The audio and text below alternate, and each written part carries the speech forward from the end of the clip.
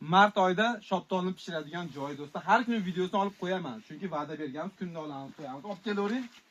Parnidagi, Tbilisidagi shoftolilar, xudo xohlasa. Tuman bo'lib ketibdi yo tomonda. Mayli. Bu issiq havo bilan sovuq havo reaksiyaga kirishib, shunaqa tuman bo'lyapti. Yaxshi, yomon emas, zo'r.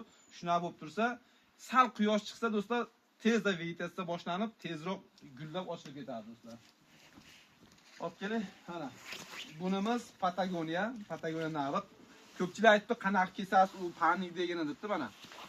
O'rtadagi shox ketadi. Ko'ryapsizlarmi? Ochilyapti, bu qarang. Mana mevasiz shox do'stlar. Bu mevasiz shox do'stlar, bu ziyon daraxt, turmasligi kerak, olib tashlash kerak.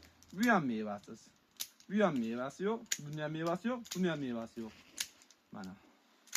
Qaytaramiz, olamiz. Mevasi yo'q shoxlarni обязательно daraxtni olib tashlash shart. Buni ham olib tashlaylik, bunda ham yo'q ekan. Mana. Biz kesyapmiz, ko'pchilik aytayapti, mevasini kesib o'ryapsiz deyapti. Yo'q, mana ko'rsating. Mana stolda meva. Mana bular stoldagi mevalar. Juda yirik meva olasiz yerdan. Mana. Buni ham o'rtada turibdi, kessak bo'ladi, lekin mana mevali ko'tarish uchun qoladi. Bu mashina egilib mana shu yerda. Zo'rg'ida ko'rsatavering. Mana shunday meva olganda shunday egilib mana shu yerda turaveradi. Mana. Bu endi yosh daraxtlar. Katta daraxtni ham ko'rsatamiz, xudo xohlasa.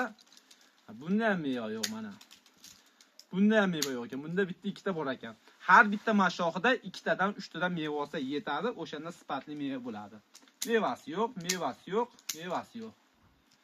Yo'q, yo'q. Yakkalab qo'yamiz.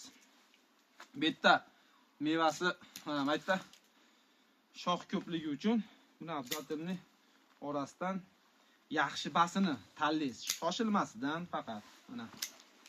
Mana. Bu qarang, bu stolda qolmadi. Bu qarang, qolmadi shox. Nimaga qolmadi? Mana bu yerda o'zi buni ham ko'rsating mana. Bu liderda o'zi mana yetarlicha shoftoli bor do'stlar. Videomiz yoqqatgan bo'lsa like bosib qo'yinglar. Kim qayerdan kuzatayotganini kommentariyga yozib qo'yinglar akalar. Buni обязательно kommentarga o'qib javoblarni yozamiz. Xudo xolasa Tbilisida обязательно olib kelaman.